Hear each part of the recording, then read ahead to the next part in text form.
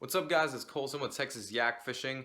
Today is February 6th, and the second event of the 2016 Cat Series has concluded at Houston County Lake, and I am back here in my home in Austin, Texas.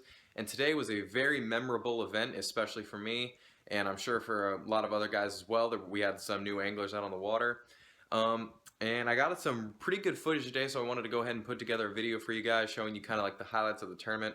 I didn't get every fish I caught just because I was having some difficulties with batteries, but I did capture, probably the most exciting moments of the day. And so, without further ado, here's the video, and I hope you enjoy.